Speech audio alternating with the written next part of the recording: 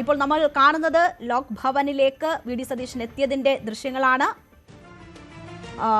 അദ്ദേഹം ഒറ്റയ്ക്കാണ് എത്തിയിരിക്കുന്നത്. ഗവർണർക്ക് ഈ പട്ടിക കൈമാറുക എന്നതാണ് ഈ കൂടിക്കാഴ്ചയുടെ ലക്ഷ്യം. നാളെയാണ് സത്യപ്രതിജ്ഞാ ചടങ്ങുകൾ. വി.ഡി. സതീശൻ വളരെ ചിരിയോടുകൂടി ലോക് ഭവനുള്ളിലേക്ക് കടന്നു വരുന്നതിന്റെ ദൃശ്യങ്ങളാണ് നമ്മൾ കാണുന്നത്. നിയുക്ത മുഖ്യമന്ത്രി ഗവർണറുമായുള്ള കൂടിക്കാഴ്ചയിലാണ് ഇപ്പോൾ എന്നതാണ് മനസ്സിലാകുന്നത്.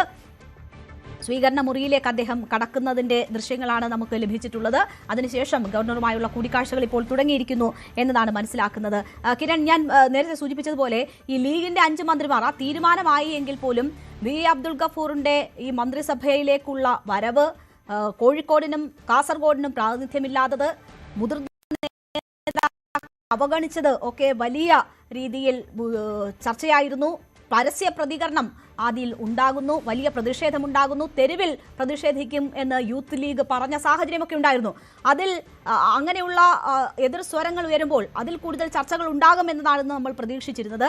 അങ്ങനെയുള്ള ചർച്ചകളോ മാറ്റങ്ങളോ ആ ലിസ്റ്റിൽ ഉണ്ടായിട്ടുണ്ടോ? അത് സംബന്ധിച്ച് എന്തെങ്കിലും സൂചനകളുണ്ടോ? ഈ പ്രതിഷേധങ്ങൾ അഡ്രസ്സ് ചെയ്യാനുള്ള ശ്രമങ്ങളാണ് അവസാന നിമിഷങ്ങളിൽ നടന്നതെന്നായിരുന്നു കരുതിയിരുന്നത്, അതോ അതൊക്കെ അവഗണിക്കപ്പെടുകയാണോ ഉണ്ടായിട്ടുള്ളത്?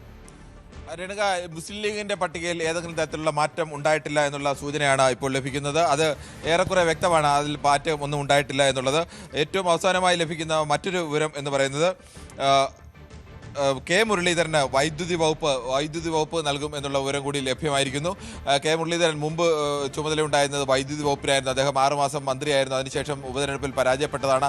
അന്ന് അദ്ദേഹത്തിന് ചുമതലയുണ്ടായിരുന്ന വൈദ്യുതി വകുപ്പ് തന്നെ, ദേവസ്വത്തിനൊപ്പം വൈദ്യുതി വകുപ്പ് തന്നെ അദ്ദേഹത്തിന് നൽകും എന്നതുകൂടി പറയുന്നു. മറ്റൊന്ന് AP അനിൽകുമാറിന് ടൂറിസം വകുപ്പല്ല, ആരോഗ്യ വകുപ്പാണ്. ആരോഗ്യ വകുപ്പ് നേരത്തെ കെ മുരളീധരൻ. ചില അപ്ഡേറ്റ്സ് വരുന്നു. കിരൺ, തുടരുക. ഇപ്പോൾ ഏറ്റവും ഒടുവിൽ അവസാന നിമിഷം പട്ടികയിൽ നിന്ന് ചാണ്ടി ഉമ്മൻ പുറത്തായിരിക്കുന്നു. അത് ഉച്ചയോടുകൂടി തന്നെ ആ രീതിയിൽ തീരുമാനമുണ്ടാകുമെന്ന് പ്രതീക്ഷിച്ചതാണ്. ചാണ്ടിയെ പട്ടികയിൽ ഉൾപ്പെടുത്താനുള്ള KC വിഭാഗത്തിന്റെ നീക്കം ഫലം കണ്ടില്ല എന്നത് മനസ്സിലാക്കുന്നു. മാണി സി കാപ്പനും അനൂപ് ജേക്കബിനും 2.5 വർഷം വീതം എന്നത് തീരുമാനമായിരിക്കുന്നു. മാണി സി കാപ്പൻ ഈ ടേം വ്യവസ്ഥയ്ക്കെതിരെ ശക്തമായി രംഗത്ത് വന്നിരുന്നു. പക്ഷേ മാണി സി കാപ്പനും അനൂപ് ജേക്കബിനും 2.5 വർഷം വീതം ടേം വ്യവസ്ഥ തന്നെയാണ് ഉള്ളത് എന്നത് മനസ്സിലാക്കുന്നു. യൂത്ത് കോൺഗ്രസ് സംസ്ഥാന അധ്യക്ഷൻ OJ ജനീഷ് മന്ത്രിയാകുമെന്നത് ഉറപ്പായിരിക്കുന്നു. OJ ജനീഷ് ഈ ലിസ്റ്റിലുണ്ട് എന്നതാണ് നമുക്ക് ഏറ്റവും ഒടുവിൽ ലഭിക്കുന്ന വിവരം. KA തുളസി മന്ത്രിസഭയിൽ KA തുളസി 2ാം വനിതാ മന്ത്രിയായി KA തുളസി ഉൾപ്പെട്ടിരിക്കുന്നു. റോജി M ജോൺ മന്ത്രിയാകും എന്ന വിവരം കൂടി വരുന്നു. റോജി M ജോൺ കൂടി ഈ ലിസ്റ്റിൽ ഉൾപ്പെട്ടിരിക്കുന്നു എന്നാണ് മനസ്സിലാക്കാൻ കഴിയുന്നത്.